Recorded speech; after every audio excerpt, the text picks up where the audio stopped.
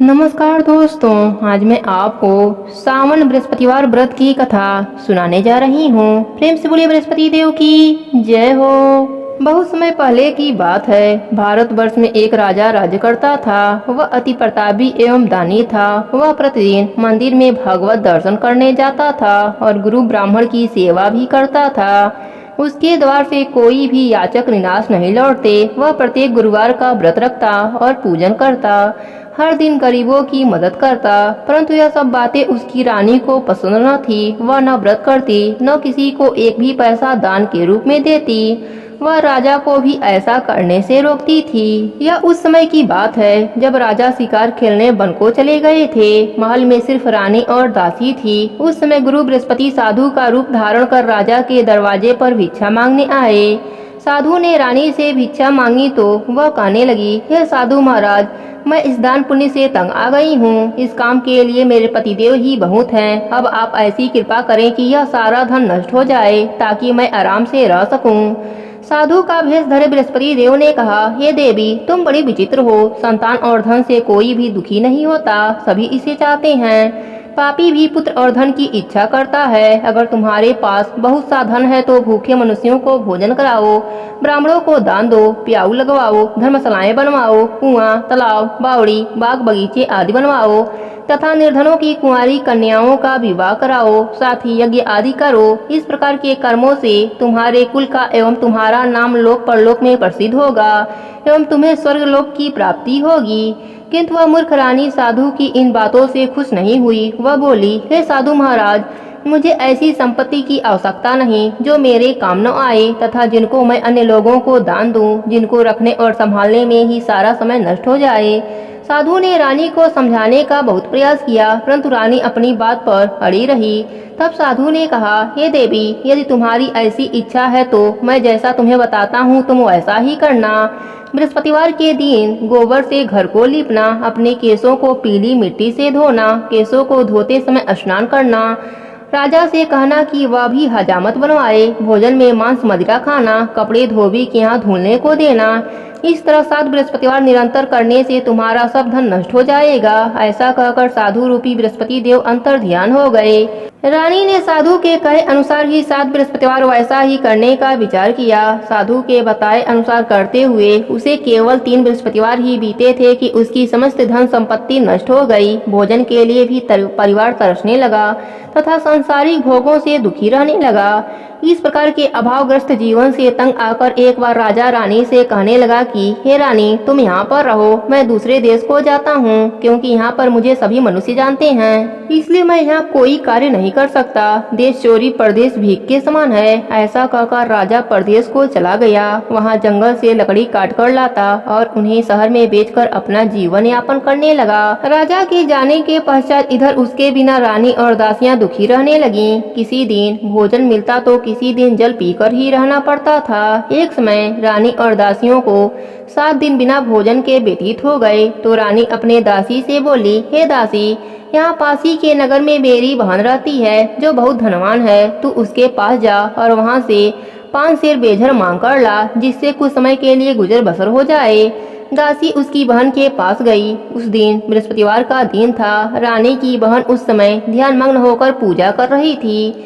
दासी ने रानी की बहन से कहा, हे रानी, मुझे आपके पास आपकी बहन ने भेजा है, मुझे 5 सेर बेझर दे दो। दासी ने अपनी बात अनेक बार कही, परंतु रानी की बहन ने कोई उत्तर नहीं दिया, क्योंकि वह उस समय बृहस्पतिवार की कथा सुन रही थी। रानी की बहन से सब दासी को कोई उत्तर नहीं मिला तो वह अति दुखी हुई। उसे क्रोध भी बहुत आया। लौटकर वह रानी से बोली, हे रानी, आपकी बहन बहुत धनी स्त्री है, परंतु वह बहुत घमंडी भी है। वह छोटे लोगों से बात नहीं करती। 5 सेर बेझर देने के लिए मैंने उससे बहुत कहा, परंतु उसने कोई उत्तर नहीं दिया। इस प्रकार मुझे निराश एवं खाली हाथ लौटना पड़ा। रानी बोली, हे दासी, इसमें मेरी बहन का किसी प्रकार से कोई दोष नहीं। जब बुरे दिन आते हैं तब कोई सहारा नहीं देता, अपने पराये हो जाते हैं। अच्छे बुरे का ज्ञान विपत्ति में होती है। जो ईश्वर की इच्छा होगी वही होगा। यह सब हमारे भाग्य का दोष है। उधर पूजा समाप्त होने के पश्चात रानी की बहन ने सोचा कि मेरी बहन की दासी आई थी, परंतु मैंने उससे कोई उत्तर नहीं दिया। इससे वह बहुत दुखी हुई होगी। कथा सुनकर तथा विष्णु भगवान का प्रसाद ग्रहण कर वह अपनी बहन के घर गई तथा बोली, हे बहन, मैं बृहस्पतिवार का व्रत कर रही थी, तुम्हारी दासी आई, परंतु कथा समाप्त होने से पूर्व न उठते हैं न बोलते हैं, इसलिए मैं नहीं बोली। बताओ, दासी किस कार्य से मेरे पास आई थी? रानी बोली, बहन, हमारे घर अनाज नहीं था तथा राजा प्रदेश गए हुए हैं। वैसे तुमसे कोई बात छिपी नहीं है, इसी कारण मैंने दासी को तुम्हारे पास 500 बेझर लेने के लिए भेजा था। इस पर रानी की बहन बोली, हे बहन, बृहस्पति भगवान सबको मनवांछित फल देते हैं। देखो, शायद तुम्हारे घर के किसी कोने में अनाज रखा हो। यह सुनकर रानी की दासी घर के अंदर गई तो वहाँ एक घड़ा भेजर का भरा हुआ मिला। उसे बड़ा आश्चर्य हुआ, क्योंकि उसके अनुसार घर का एक एक बर्तन अन्न से खाली था। उसने बाहर आकर रानी को सारा वृतांत सुनाया। दासी अपने रानी से कहने लगी, हे रानी, देखो, वैसे भी हमको जब अन्न नहीं मिलता तो हम व्रत के समान रहते हैं। अगर इनसे व्रत की विधि तथा कथा पूछ ली जाए तो बृहस्पतिवार का व्रत हम भी कर लिया करेंगे। और फिर दासी के कहने पर रानी ने अपने बहन से बृहस्पतिवार व्रत पूजन विधि एवं नियमों के बारे में विस्तार से पूछा। उन्होंने बताया, जो बृहस्पतिवार के व्रत में चने की दाल और मुनक्कों से विष्णु भगवान का केले के जड़ में पूजन कर दीपक जलाता है, पीला भोजन करता है, पीले वस्त्र धारण करता है तथा प्रेम पूर्वक बृहस्पति भगवान की कथा सुनता है, तो इस प्रकार करने से गुरु भगवान उस भक्त से प्रसन्न होते हैं, अन्य धन पुत्र देते हैं, मनोवांछित मनोकामना पूर्ण करते हैं। फिर व्रत एवं पूजन की विधि बताकर रानी की बहन अपने घर लौट गई। तत्पश्चात रानी और दासी दोनों ने निश्चय किया कि बृहस्पति देव भगवान का व्रत एवं पूजन जरूर करेंगे। 7 दिन पश्चात जब बृहस्पतिवार का दिन आया तो दोनों ने व्रत किया। घुड़सवार में जाकर चना और गुड़ बीन लाई और उसकी दाल बनाकर केले के जड़ में विष्णु भगवान का पूजन किया।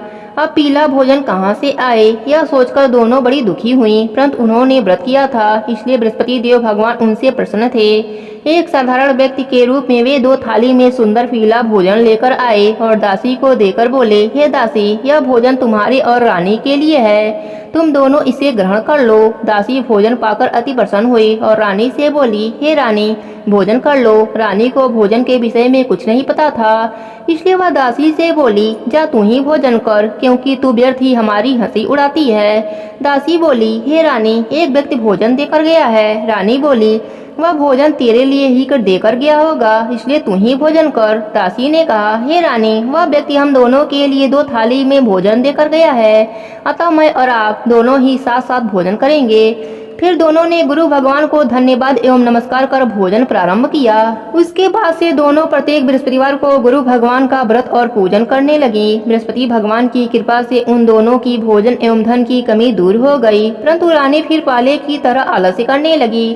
तब दासी ने कहा, हे रानी, आप पहले भी इसी प्रकार आलस करती थीं। आपको धन संभालने एवं दान देने में कष्ट होता था, इसी कारण सभी धन नष्ट हो गए और हमारी ऐसी दुर्दशा हो गई। अब गुरु भगवान की कृपा से धन मिला है तो आपको फिर आलस्य हो रहा है। बड़े कष्टों के बाद आपने यह धन पाया है, इसलिए आपको दान पुण्य करना चाहिए। भूखे मनुष्यों को भोजन कराओ, ब्राह्मणों को दान दो, प्याऊ लगवाओ, कुआं, तालाब, बावड़ी आदि का निर्माण कराओ, कुंवारी कन्याओं का विवाह कराओ, मंदिर पाठशाला बनाकर दान दो, धन को शुभ कार्यों में खर्च करो, जिससे आपके कुल का सम्मान बढ़े तथा आपको स्वर्गलोक की प्राप्ति हो एवं आपके पितृ प्रसन्न हो। दासी की बात मानकर रानी ने इसी प्रकार के कर्म करने प्रारंभ कर दिए। इस प्रकार करने से उसका काफी यश फैलने लगा। कुछ दिनों के बाद एक दिन रानी और दासी आपस में विचार करने लगी कि न जाने राजा किस दशा में होंगे, उनकी कोई खोज खबर नहीं है। रानी राजा की खबर न पाकर उदास रहने लगी। गुरु भगवान से उन्होंने प्रार्थना की और भगवान ने रात्रि में राजा को सपने में दर्शन देकर कहा, हे राजा, उठ, तेरी रानी तुझको याद करती है, अब अपने देश लौट जा। राजा प्रातः काल उठा। वह सोचने लगा कि मैं किस प्रकार रानी के पास खाली हाथ जाऊंगा, मेरे पास तो कुछ भी नहीं।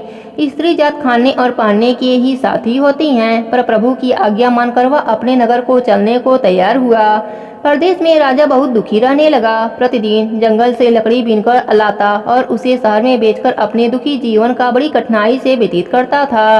एक दिन राजा दुखी होकर अपने पुराने दिनों को याद करके रोने लगा। उस जंगल में बृहस्पति देव एक साधु का रूप धरकर आए और राजा से बोले, हे लकड़ीहारे, तुम इस बिरियान जंगल में किस चिंता में बैठे हो, मुझे बताओ। यह सुनकर राजा की आंखों में आंसू आ गए और वह साधु को प्रणाम कर बोला, हे प्रभु, आप सब कुछ जानने वाले हैं। इतना कहकर राजा ने साधु को अपनी समस्त व्यथा सुना दी। तब साधु रूप में गुरु भगवान राजा से बोले, हे राजन, तुम्हारी पत्नी ने बृहस्पतिवार के दिन बृहस्पति देव का अपमान किया था, जिसके कारण तुम्हारी यह दुर्दशा हुई है। अब तुम किसी प्रकार की चिंता मत करो, भगवान तुम्हें पहले से अधिक धन प्रदान करेंगे। देखो, तुम्हारी पत्नी ने बृहस्पतिवार का व्रत करना आरंभ कर दिया है। अब तुम भी बृहस्पतिवार का व्रत करके चने की दाल व गुड़जल के लोटे में डालकर केले का पूजन करो, फिर कथा कहो या सुनो, भगवान तुम्हारी सभी इच्छा को पूरी करेंगे। साधु के वचन सुनकर राजा बोला, हे प्रभु, मुझे लकड़ी बेचने के पश्चात इतना धन भी नहीं बचता कि भोजन करने के उपरांत कुछ भी बचा सकूं। मैंने रात्रि में अपनी रानी को व्याकुल एवं व्यतीत देखा है। मेरे पास कोई साधन नहीं जिससे उसका समाचार भी जान सकूं। इसके अतिरिक्त मैं बृहस्पति देव का कथा भी नहीं जानता हूं, जिसे कहकर या सुनकर मैं व्रत धारण कर भगवान बृहस्पति देव का पूजन कर सकूं। साधु ने कहा, हे राजा, तुम किसी बात का चिंता मत करो। गुरुवार के दिन तुम नित्य की भांत लकड़ियां लेकर शहर में जाओ। तुम्हें रोज से दुगुना धन प्राप्त होगा, जिससे तुम भली भांति भोजन कर लोगे तथा गुड़ एवं चने का प्रसाद खरीद कर बृहस्पति देव का पूजन भी कर सकते हो। बृहस्पतिवार की कहानी इस प्रकार है। प्राचीन समय में एक बहुत ही निर्धन ब्राह्मण रहता था। उसके कोई संतान न थी। ब्राह्मण नित्य पूजा पाठ करता। वह स्वभाव से दयालु तथा धार्मिक विचारों वाला व्यक्ति था, परंतु उसकी पत्नी बहुत मलिनता के साथ रहती थी। वह न तो स्नान करती थी, न ठीक से कार्य करती थी। अपनी पत्नी की ऐसी आदत के कारण ब्राह्मण देवता बहुत दुखी रहते थे। वह अपनी पत्नी को बहुत समझाते, किंतु उसका कोई परिणाम न निकलता। भगवान की कृपा से ब्राह्मण की स्त्री की कन्या उत्पन्न हुई। वह कन्या ब्राह्मण के घर में बड़ी होने लगी। यह बालिका प्रातः काल ही स्नान करके भगवान विष्णु का जप करती, बृहस्पतिवार का व्रत भी करने लगी। पूजा पाठ समाप्त कर पाठशाला जाती तो अपनी मुट्ठी में जौ भर कर ले जाती और पाठशाला जाने के रास्ते में डालती जाती। भगवान बृहस्पति देव की कृपा से वही जौ सोने के हो जाते तो लौटते समय उनको बीनकर घर ले आती। एक दिन वह बालिका सूप में उन सोने के जौ को फटक कर साफ कर रही थी। तभी उसकी माँ ने उसे देखा और कहा, हे बेटी, सोने के जौ को फटकने के लिए सूप भी सोने के होने चाहिए। दूसरे दिन बृहस्पतिवार का दिन था। कन्या ने व्रत रखा और भगवान बृहस्पति देव से प्रार्थना करने लगी, हे प्रभु, यदि मैंने सच्चे मन से श्रद्धा पूर्वक आपका पूजन एवं व्रत किया हो तो कृपया मुझे सोने का सूप दो। बृहस्पति देव ने उसकी प्रार्थना स्वीकार कर ली। नित्य की भांति वह कन्या जौ फैलाती हुई पाठशाला चली गई। पाठशाला से लौटकर जब वह जौ बीन रही थी तो बृहस्पति भगवान की कृपा से उसे सोने का सूप प्राप्त हुआ। उस सोने के सूप को वह घर ले आई और उससे जौ साफ करने लगी, परंतु उसकी माँ का आचरण वैसा ही रहा। एक दिन वह कन्या सोने के सूप में जौ फटक रही थी। उसी समय अचानक उस नगर का राजकुमार वहां से होकर निकला। कन्या के रूप एवं कार्य को देखकर राजकुमार कन्या पर मोहित हो गया। राजमहल लौटकर राजकुमार अन्न और जल त्याग कर उदास होकर लेट गया। राजा को जब अपने पुत्र द्वारा अन्न जल त्यागने का समाचार ज्ञात हुआ तो अपने मंत्रियों के साथ वह राजकुमार के पास गए और बोले, हे बेटा, तुम्हें किस बात का दुख है? किसी ने तुम्हारा अपमान किया है अथवा कोई और कारण है? मुझे बताओ, मैं वही करूंगा जिससे तुम प्रसन्न हो जाओ। राजकुमार ने अपने पिता की सारी बातें सुनी और बोला, आपकी कृपा से मुझे किसी प्रकार का कष्ट नहीं है। किसी ने मेरा अपमान भी नहीं किया है, परंतु मैं उस कन्या के साथ विवाह करना चाहता हूँ जो सोने के सूप में जौ फटक रही थी। यह सुनकर राजा आश्चर्य में पड़ गया और बोला, हे राजकुमार, इस तरह की कन्या का पता तुम लगाओ, मैं तुम्हारा विवाह उसके साथ अवश्य करवा दूंगा। तब राजकुमार ने प्रसन्न होकर राजा को उस ब्राह्मण कन्या के घर का पता बताया। राजा के आदेश पर मंत्री उस कन्या के घर गए और राजा का आदेश ब्राह्मण को कह सुनाया। कुछ ही दिन बाद ब्राह्मण कन्या का विवाह राजकुमार के साथ हो गया। घर से कन्या के विदा होते ही उस ब्राह्मण के घर में पहले की तरह निर्धनता वास करने लगी। अब भोजन के लिए अनाज भी बड़ी मुश्किल से मिलता था। एक दिन दुखी होकर ब्राह्मण देवता अपने बेटी से मिलने गए। बेटी पिता की ऐसी अवस्था को देखकर अत्यंत दुखी हुई और उसने अपने माँ का समाचार पूछा। ब्राह्मण ने पुत्री को सभी हाल कह सुनाया। पुत्री ने अपने पिता को बहुत सा धन देकर विदा किया। इस प्रकार ब्राह्मण का कुछ समय सुखपूर्वक व्यतीत हुआ, लेकिन धन समाप्त होने के बाद स्थिति पहले की तरह हो गई। ब्राह्मण फिर अपनी पुत्री के यहाँ गया और उससे सभी हाल कह सुनाया। पुत्री बोली, हे पिताजी, आप अपने साथ माताजी को यहाँ ले आओ, मैं उन्हें यह विधि बता दूंगी जिससे दरिद्रता दूर हो जाए। ब्राह्मण देवता अपने पत्नी को साथ लेकर राजमहल अपने पुत्री के पास पहुँचे तो पुत्री अपने माँ को समझाने लगी, हे माँ, तुम सुबह उठकर सर्वप्रथम स्नान आदि करके भगवान विष्णु का पूजन किया करो तो सब निर्धनता दूर हो जाएगी। परंतु उसकी माँ ने उसकी एक न मानी। वह सुबह उठकर सर्वप्रथम अपने पुत्री का बचा हुआ जूठन खा लेती थी। एक दिन उसकी बेटी को अपने माँ पर बहुत गुस्सा आया। उसने एक रात एक कोठरी का सारा सामान निकालकर अपनी माँ को उसमें बंद कर दिया। प्रातः कोठरी से अपने माँ को निकालकर तथा स्नान आदि करा के पूजा पाठ कराया तो उसकी माँ की बुद्धि ठीक हो गई। इसके बाद वह प्रतिदिन पूजा पाठ करती और प्रत्येक बृहस्पतिवार का व्रत भी रखने लगी। इस व्रत के प्रभाव से उसकी माँ भी अत्यंत धनवान तथा पुत्रवती हो गई और बृहस्पति देवता की कृपा से वृद्धा अवस्था में मृत को प्राप्त कर स्वर्गलोक को गई। वह ब्राह्मण भी सुख पूर्वक इस लोक का सुख भोग कर स्वर्गलोक को प्राप्त हुआ। इस प्रकार कहानी कहकर साधु देवता वहां से अंतर ध्यान हो गए। धीरे धीरे समय बीत गया तथा बृहस्पतिवार का दिन आ गया। लकड़ियारा रूपी राजा जंगल से लकड़ी काटकर किसी शहर में बेचने गया। आज उसे और दिनों से अधिक धन मिला। राजा ने चना गुड़ लाकर भगवान विष्णु का पूजन किया तथा बृहस्पतिवार का व्रत किया। उस दिन से उसके सभी कष्ट दूर हो गए, परंतु अगले बृहस्पतिवार को वह व्रत करना भूल गया। इस कारण बृहस्पति भगवान उससे रुष्ट हो गए। उस दिन उस नगर के राजा ने विशाल यज्ञ का आयोजन किया तथा अपने समस्त राज्य में घोषणा करवाई कि कोई भी मनुष्य अपने घर में भोजन न बनाए न आग जलाए, सब लोग मेरे यहाँ भोजन करने आए। इस आज्ञा को जो नहीं मानेगा उसको सूली पर लटका दिया जाएगा। राजा की आज्ञा अनुसार राज्य के सभी निवासी राजा के भोज में सम्मिलित होने गए, परंतु लकड़ियारा कुछ विलंब से पहुंचा, इसलिए राजा उसको भोजन कराने अपने साथ महल में ले गए। जब राजा लकड़ियारे को भोजन करा रहे थे तो रानी की दृष्टि उस खूंटी पर पड़ी जिस पर उसका 9 लखा हार टंगा हुआ था। उसे हार खूंटी पर लटका दिखाई नहीं दिया। रानी को निश्चय हो गया कि मेरा हार इस लकड़ियारे ने चुरा लिया है। उसी समय रानी की जिद पर राजा ने सैनिक बुलाकर लकड़ियारे को जेल में डलवा दिया। जेल खाने में बंद वह लकड़ियारा बहुत दुखी होकर विचार करने लगा कि न जाने कौन से पूर्व जन्म के कुकर्म से मुझे यह दुख प्राप्त हुआ है। जेल में बंद लकड़ियारा भगवान बृहस्पति देव को याद करने लगा। तत्काल बृहस्पति देव साधु के रूप में प्रकट हो गए और उसकी दशा देखकर कहने लगे, अरे मूर्ख, तू बृहस्पतिवार के दिन बृहस्पति देव की कथा एवं व्रत करना भूल गया, इसी कारण तुझे दुख प्राप्त हुआ है। अब किसी प्रकार की चिंता मत कर। बृहस्पतिवार के दिन जेल खाने के दरवाजे पर तुझे 4 पैसे पड़े मिलेंगे। तू उन पैसों से प्रसाद मंगाना, भगवान बृहस्पति देव का पूजन एवं कथा कहना, कथा का प्रसाद स्वयं भी ग्रहण करना तथा दूसरों को भी खिलाना। इस प्रकार करने से तुम्हारे सभी कष्ट दूर हो जाएंगे। अगले बृहस्पतिवार राजा को जेल के द्वार पर 4 पैसे पड़े मिले। राजा ने पूजा का सामान मंगाकर कथा कही और प्रसाद बांटा। उसी रात बृहस्पति देव ने उस नगर के राजा को सपने में दर्शन देकर कहा, हे राजा, तूने जिस आदमी को जेल खाने में बंद रखा है वह निर्दोष है, वह राजा है, उसे छोड़ दो। रानी का 9 लखा हार उसी खूंटी पर टंगा हुआ है। अगर तू ऐसा नहीं करेगा तो मैं तेरे को नष्ट कर दूंगा।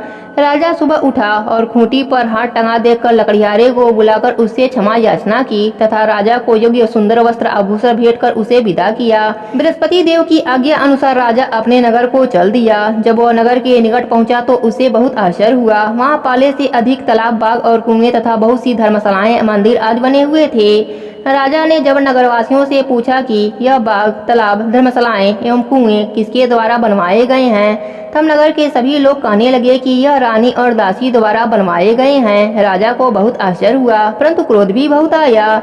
जब रानी ने यह खबर सुनी कि राजा आ रहे हैं तो उसने दासी से कहा, हे दासी, देख, राजा हमें अति दीन अवस्था में छोड़ गए थे। वह हमारी ऐसी हालत देखकर कहीं द्वार से ही न लौट जाएं, इसलिए तू द्वार पर जाकर खड़ी हो जा।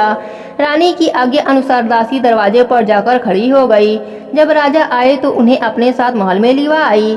तब राजा ने क्रोध करके अपनी तलवार निकाली तथा रानी से पूछा, बताओ, इतना धन तुम्हें किस प्रकार प्राप्त हुआ है। तब रानी ने बताया कि हमें यह सब धन बृहस्पति देव की व्रत के प्रभाव से प्राप्त हुआ है। अब राजा ने निश्चय किया कि 7 दिन बाद तो सभी बृहस्पति देव का पूजन करते हैं, परंतु मैं प्रतिदिन दिन में 3 बार कथा कहा करूंगा तथा नित्य व्रत किया करूंगा। अब हर समय राजा के दुपट्टे में चने की दाल बधी रहती तथा दिन में 3 बार कथा कहता। ऐसे ही एक दिन राजा ने विचार किया कि चलो अपने बहन के यहाँ हो आऊं। ऐसा निश्चय कर राजा घोड़े पर सवार होकर अपने बहन से मिलने चल दिया। मार्ग में उसने देखा कि कुछ आदमी एक मुर्दे को ले जा रहे हैं। उन्हें रोककर वह कहने लगा, अरे भाइयों, कुछ देर मेरी बृहस्पति देव की कथा सुन लो। वे बोले, लो, हमारा तो आदमी मर गया है, इसकी अपनी कथा की पड़ी है। परंतु कुछ आदमी बोले, अच्छा कहो, हम तुम्हारी कथा भी सुनेंगे। राजा ने दाल निकाली तथा कथा करनी शुरू कर दी। जब कथा आधी हो गई तो मुर्दा हिलने लगा और जब कथा समाप्त हुई तो राम राम कह के वह उठ बैठा। राजा आगे चला। उसे चलते चलते शाम हो गई। आगे मार्ग में उसे एक किसान खेत में हल चलाता हुआ मिला। राजा ने उससे बोला, अरे भैया, तुम मेरी बृहस्पतिवार की कथा सुन लो। किसान बोला, जब तक तेरी कथा सुनूंगा तब तक 4 हरैया जोत लूंगा। जाओ भैया, अपनी कथा किसी और को सुनाना। राजा आगे चलने लगा। राजा के हटते ही किसान के बैल पछाड़ खाकर गिर गए और किसान के पेट में बहुत तेज दर्द होने लगा। उसी समय किसान की माँ रोटी लेकर आई। उसने जब यह देखा तो अपने पुत्र से सारा हाल पूछा। बेटे ने सारा हाल बता दिया। किसान की माँ दौड़ी दौड़ी घोड़े पर सवार राजा के पास गई और उससे बोली, मैं तेरी कथा सुनूंगी, तू अपनी कथा मेरे खेत पर ही चलकर कहना। राजा ने लौटकर किसान के खेत पर जाकर कथा कही, जिसे सुनते ही बैल खड़े हो गए तथा किसान के पेट का दर्द भी बंद हो गया। राजा फिर अपने बहन के घर पहुंचा। बहन ने भाई की खूब आवभगत की। दूसरे दिन सुबह राजा जगा तो उसने देखा कि सब लोग भोजन कर रहे हैं। राजा ने अपने बहन से जब पूछा कि ऐसा कोई मनुष्य नहीं है जिसने भोजन न किया हो और जो मेरी बृहस्पतिवार की कथा का श्रवण कर ले, तो बहन बोली, हे भैया, यह देश ऐसा ही है। यहाँ के लोग पहले भोजन करते हैं, बाद में कोई अन्य काम करते हैं। अगर पड़ोस में हो तो कोई दिखाती हूँ। ऐसा कहकर बहन चली गई, परंतु उसे कोई भी ऐसा व्यक्ति नहीं मिला जिसने भोजन न किया हो। वह एक कुम्हार के घर गई जिसका लड़का बीमार था। उसे अभी पता चला कि उसके यहाँ 3 दिन से किसी ने भोजन नहीं किया है। राजा की बहन ने अपने भाई की कथा सुनने के लिए कुम्हार से आग्रह किया तो वह तैयार हो गए। राजा ने जाकर बृहस्पतिवार की कथा कही, जिसको सुनकर कुम्हार का लड़का ठीक हो गया। अब तो राजा की हर ओर प्रशंसा होने लगी। कुछ दिनों के बाद राजा ने अपनी बहन से कहा, हे बहन, मैं अपने घर जाऊंगा, तुम भी तैयार हो जाओ। राजा की बहन ने अपने सास से अपने भाई के साथ जाने की आज्ञा मांगी तो सास बोली, चली जा, परंतु अपने लड़कों को यहीं छोड़ जाना, क्योंकि तेरे भाई के कोई संतान न है। बहन ने भाई से कहा, हे भैया, मैं तो चलूंगी, परंतु कोई बालक न जाएंगे। राजा ने कहा, जब कोई बालक साथ नहीं चलेगा तो तुम क्या करोगी चलकर। दुखी मन से राजा अपने नगर को लौट आया। राजा अपनी रानी से बोला, हम निर्वंशी हैं, हमारा मुंह देखना भी धर्म नहीं है। वह उदास होकर बिना भोजन किए सैया पर लेट गया। रानी बोली, हे प्रभु, भगवान बृहस्पति देव ने हमें सब कुछ दिया है, वे संतान भी अवश्य देंगे। उसी रात बृहस्पति देव ने राजा को सपने में दर्शन देकर कहा, हे राजा, उठ, सभी सोच त्याग दे, तेरी रानी गर्भवती है। राजा को यह जानकर अति प्रशंसा हुई। 9वें महीने रानी के गर्भ से एक सुंदर पुत्र रूपी रत्न पैदा हुआ। तब राजा बोला, हे रानी, स्त्री बिना भोजन के रह सकती है, परंतु बिना कहे नहीं रह सकती। जब मेरी बहन आए तो तुम उससे कुछ मत कहना। रानी ने हाँ कह दिया। और जब राजा की बहन ने यह शुभ समाचार सुना तो वह अति प्रसन्न हुई तथा बधाई लेकर अपने भाई के यहाँ आई। तब रानी ने कहा, घोड़ा चढ़कर नहीं आई, गधा चढ़कर आई।